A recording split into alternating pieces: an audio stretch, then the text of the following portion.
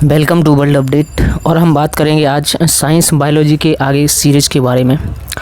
तो जो हमारा मूत्र है यानी यूरिन है, उसकी जो मात्रा होती है वो 1.5 लीटर प्रतिदिन जो हमारा मूत्र उत्सर्जन है वो 1.5 लीटर पर डे। और इसमें कंपोजिशन क्या क्या होते हैं, तो इसमें कंपोजिशन की बात की जाए तो इसमें वाटर होता है पानी 95%, यूरिया 2%, लवण 2% और अन्य 1% होता है। आगे बात करते हैं तो इसमें बिलीरुबिन, विटामिन, एंटीबायोटिक और हिप्प्यूरिक एसिड एंड सोडियम, ये सब मिलाकर के bilirubin, vitamin, antibiotic, hippuric acid and sodium, इस सब मिलाकर कितना होता है 2.6 ग्राम प्रति लीटर। 2.6 ग्राम प्रति लीटर ये होता है। आगे देखें, इसका रंग जो है लाइट येलो यानी कि हल्का पीला होता है। इसका जो रंग है वो लाइट येलो हल्का पीला होता है। वो किसकी वजह से होता है, तो वो यूरोक्रोम नामक एक पिगमेंट के कारण हमारे मूत्र का रंग हल्का पीला होता है। गठिया यानी जो गॉट है यह रक्त में यूरिक एसिड की मात्रा में वृद्धि के कारण निर्मित होता है। गठिया का मतलब होता है कि जो शरीर की जोड़ों में दर्द होता है उसे गठिया कहते हैं। जो मूत्र है वो संग्राहक वाहिनियों में बनता है। कहाँ बनता है? संग्राहक वाहिनियों में बनता है। जो डायलिसिस है, डायलिसिस क्या है? यह एक किडनी से संबंधित क्रिया है। जो डायलिसिस है वो किडनी से संबंधित एक क्रिया है। जो डायलिसिस है वो किडनी से संबंधित क्रिया है। किडनी से संबंधित क्रिया का मतलब है इस क्रिया में रक्त किडनी के बाहर छनता है। मतलब जैसे कि अगर हमारी किडनी ख़राब हो गई तो हमारे रक्त को शरीर से बाहर निकाला जाएगा, फिर उसके बाद हमारे शरीर के बाहर रक्त को छाना जाएगा। इसी क्रिया को हम लोग क्या कहते हैं? डायलिसिस कहते हैं। क्या कहते हैं? डायलिसिस कहते हैं। और इसके बाद जो है यूरिया का निर्माण यकृत में होता है। यूरिया का निर्माण जो है यकृत में होता है। यूरिया का निर्माण कहाँ होता है? यकृत में होता है।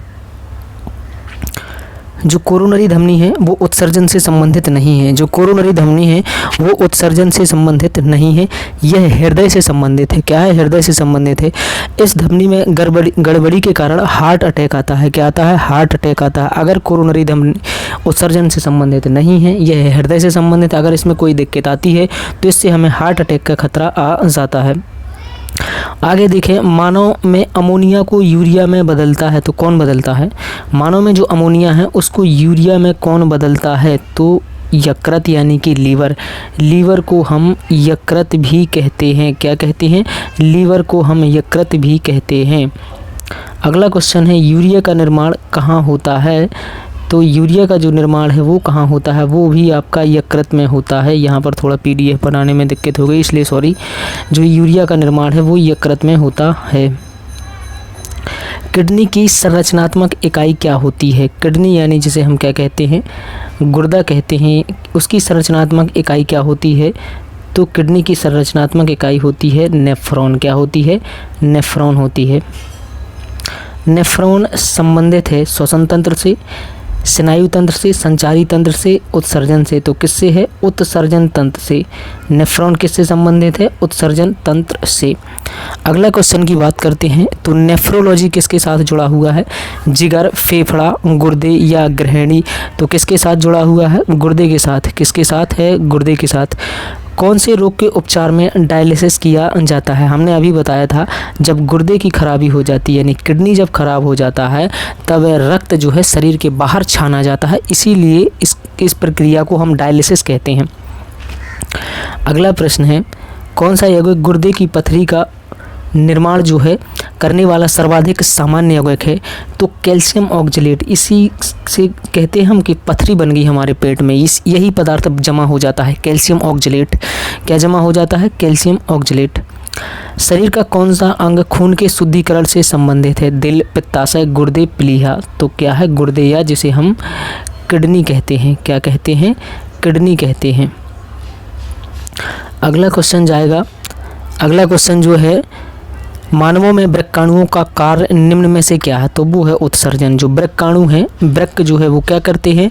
वो उत्सर्जन का काम करते हैं। वृक्क जो है उत्सर्जन का काम करते हैं। एक 20 सेंटीमीटर लंबी ट्यूब है जो मूत्राशय से मूत्र को ले जाती है, तो वो हो जाएगा आपका मूत्र मार्ग। डॉट डॉट एक 20 सेंटीमीटर लंबी ट्यूब है जो मूत्राशय से मूत्र ले जाती है, तो वो है मूत्र मार्ग। अगला क्वेश्चन है 11वां, मनुष्य के शरीर में मुख्य नाइट्रोजन अपशिष्ट कौन सा है? मुख्य नाइट्रोजन अपशिष्ट कौन सा है? यूरिया, अमोनिया, यूरिक अम्ल, अमोनियम नाइट्रेट। तो हम इसमें जो मनुष्य के शरीर में मुख्य नाइट्रोजन अपशिष्ट है वो कौन सा है? तो वो हो जाएगा आपका यूरिया। क्या हो जाएगा? यूरिया हो जाएगा। अगला क्वेश्चन है, मनुष्य के शरीर में रक्त के शुद्धिकरण की प्रक्रिया को क्या कहते हैं? मनुष्य के शरीर में रक्त के शुद्धिकरण की प्रक्रिया को डायलिसिस कहते हैं। क्या कहते हैं? डायलिसिस कहते हैं।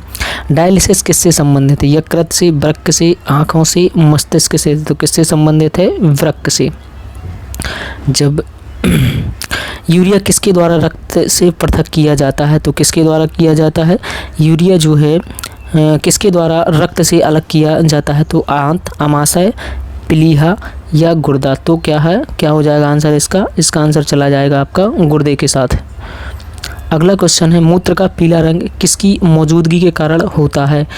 मूत्र का जो पीला रंग है किसकी मौजूदगी के कारण होता है? तो यूरोक्रोम। ऑप्शन थोड़ा यूरिक्रोम, क्योंकि यूरिक्रोम नामक पिगमेंट के कारण मूत्र का रंग कैसा होता है? हल्का पीला होता है। हेनले का लूप का कार्य संबंधित है। तो किससे संबंधित है? जो हेनले का लूप का कार्य है वो संबंधित है, किससे संबंधित है? उत्सर्जन तंत्र से। किससे? उत्सर्जन तंत्र से। अगला क्वेश्चन है, मूत्र में जल के बाद सर्वाधिक मात्रा में जो पाया जाने वाला पदार्थ है वो क्या है? तो मूत्र में जल के बाद जो सर्वाधिक मात्रा में पाया जाने वाला पदार्थ है वो होता है भाई साहब यूरिया होता है। अगर वीडियो आपको अच्छी लगी हो तो लाइक, शेयर, सब्सक्राइब जरूर करें। ये जो लेक्चर है ये स्पेशली ग्रुप डी और NTPC CBT के लिए डिज़ाइन किया गया है। धन्यवाद।